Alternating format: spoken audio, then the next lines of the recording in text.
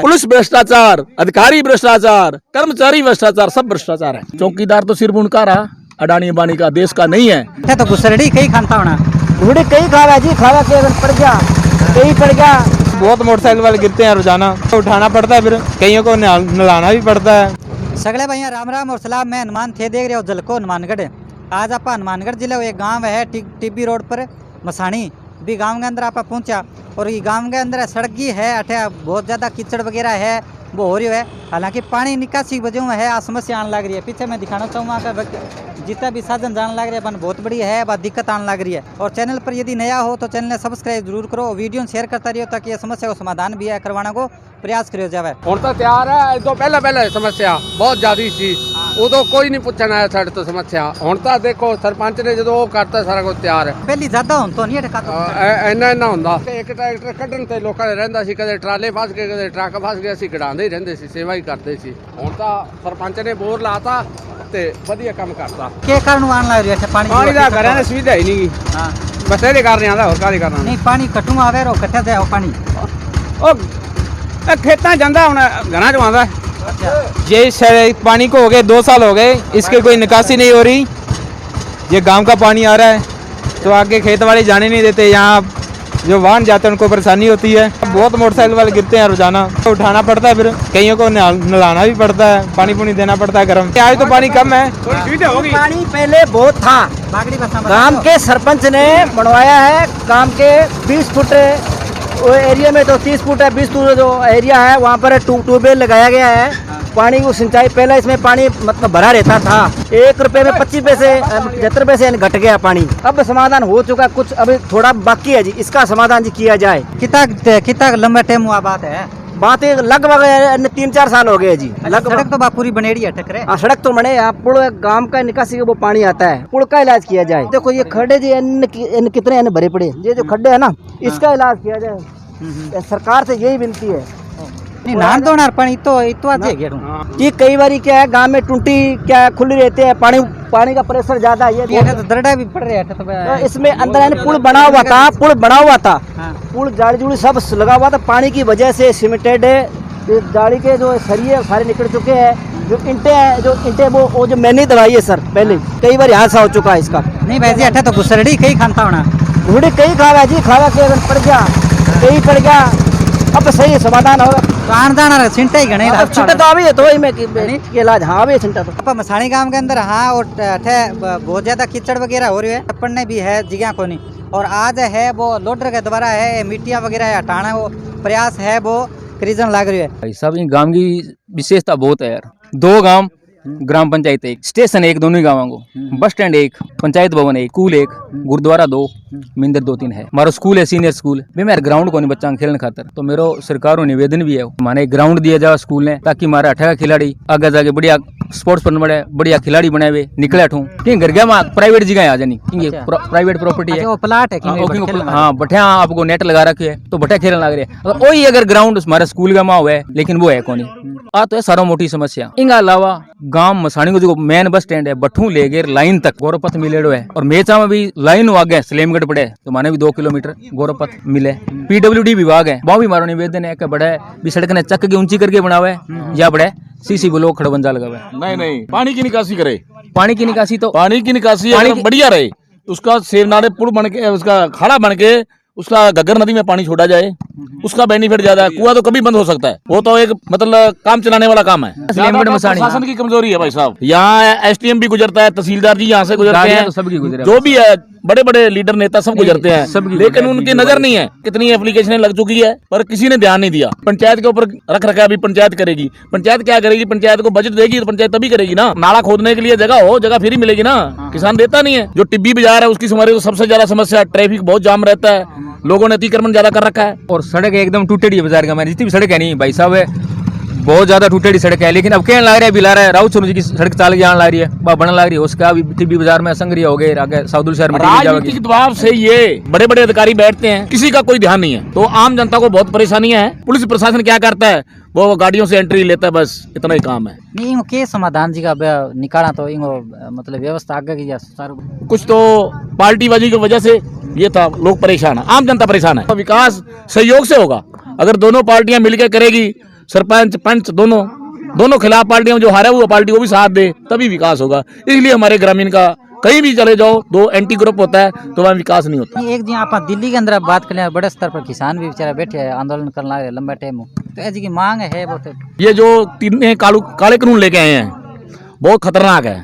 अब ये देख लो 2-3 बीघे वाला किसान कहाँ से बेचेगा फसल, ये बताओ मेरे को। उसके बाद मान लो 60-70 क्विंटल गेहूं है, वो कहाँ करनाल ले जाएगा या दिल्ली लेके जाएगा। मोदी जी ने जो प्रॉफिट दिया है ये अडानी अबानी अमीर लोगों के लिए दिया है। पहले मोदी जी ने हमारी ट्रांसपोर्ट लाइन खत्म किया। मेरे पास 2004 मॉडल गाड़ी थी, उसको मॉडल कंडीशन कर दिया, कमाई से हाथ धोना पड़ गया। 17 जिले हरियाणा के NCR एरिया में आ गए। तो बताओ वो गाड़ी वाला पहले तो ड्राइवरी करके गाड़ी मुश्किल से बनाई, अब वो उसका चूल्हा नहीं जलेगा। जो मोदी सरकार नियम लेके आई ना, अब एक किसान है उसके पास 10 बीघा जमीन है, 10 बीघा जमीन में ट्रैक्टर का क्या मॉडल खराब हो गया, टायर तो वो भी घसेंगे, नए के भी घसेंगे, पुराने के भी घसेंगे।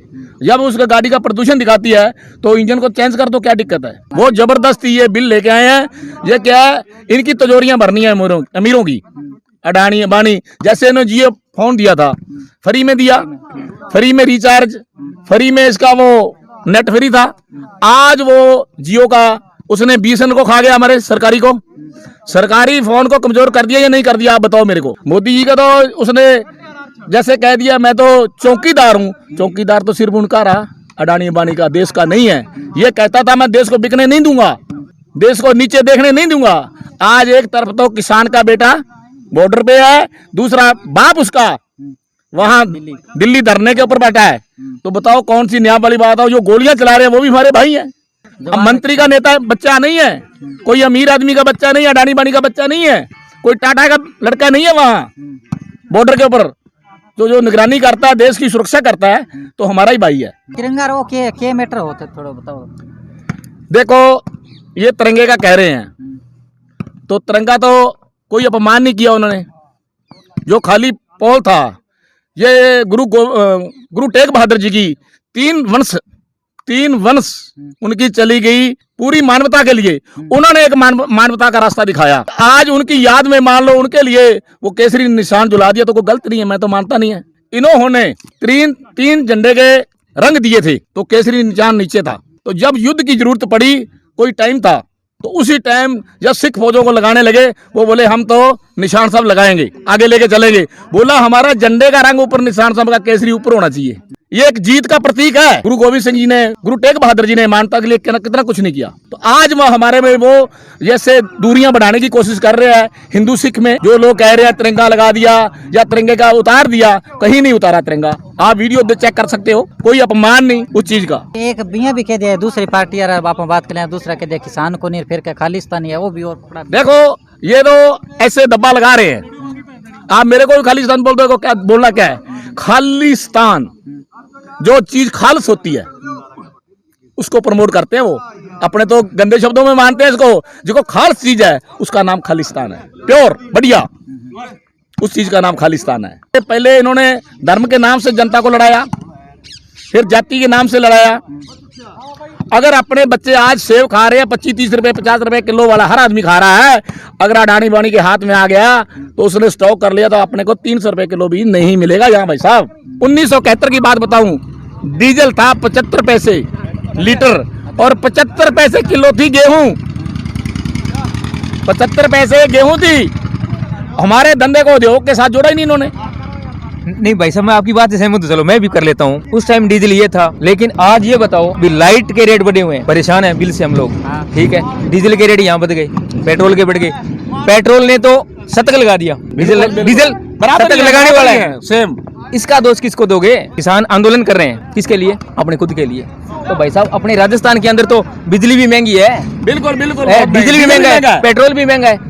हरियाणा पंजाब नजदीक है भाई साहब हमारे, तो सिर्फ बॉर्डर से लाते हैं, तो हमारा 10 रुपए का अंतर है। हमारी जो उसके लिए क्या होगा, रेट लगाया है तो कई गुना ज्यादा। अब देखो आज 5 किलो गेहूं की 1 लीटर डीजल आएगा, उस टाइम 75 पैसे किलो गेहूं था और 75 पैसे लीटर डीजल। आज देखो भी उस चीज का अंतर निकाल के देखो, किसान कहाँ से अमीर हो जाएगा। उसकी केसीसी का भाई साहब ब्याज नहीं उतरता। सिलेंडर पहले सस्ता देगी, फ्री देगी, उज्ज्वला तो देखो लालच दिया है, ऊंट के मुंह में जीरा दे दिया।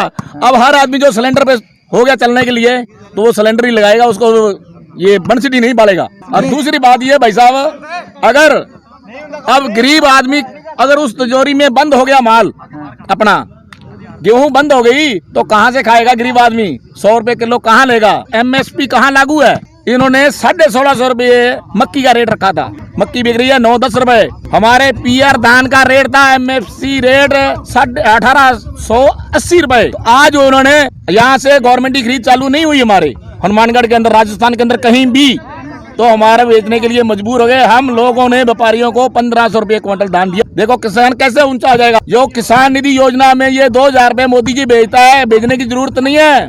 हमारी फसलों का रेट दे दे, किसी चीज की जरूरत नहीं है हमारे को। आज 2000 रुपए में कितना पड़ेगा उसको? 500 रुपए प्रति महीना पड़ेगा ना। 500 रुपए महीने में क्या कर लेगा किसान? पेट्रोल डीजल के दाम इतने आसमान को छू रहे हैं। जिस टाइम कांग्रेस सरकार थी, बाबा रामदेव उस टाइम ये बहुत विपक्ष में आता था। आज विपक्ष में क्यों नहीं बोल रहा? रामदेव जी का तो 90 रुपए लीटर बिक रहा है पेशाब गायों का, तो किसान का 30 रुपए दूध नहीं ले रहा कोई। अब किसान के हाथ में नरमा निकल गया तो उसका भाव देखो क्या हो गया, 6200-6300 रुपए हो गया। और खल का भाव देखो क्या हो गया। किसान बचेगा कैसे? हमने तो एक चीज बेचना है और 100 चीज बाजार से लेके आनी है। रात को चाहे गर्मी हो चाहे सर्दी हो, अगर सर्दी का टाइम है, अधिकारी को तो मिलता है हीटर, रात को 2 बजे के टाइम सर्दी लगती है, किसान को 2 बजे लाइट देते हैं 0 मिनट्स में। अब देखो किसान में क्या जान नहीं है। अब गर्मी का सीजन आता है तो दोपहर को हर आदमी रेस्ट करता है, ये 2 बजे लाइट देते हैं।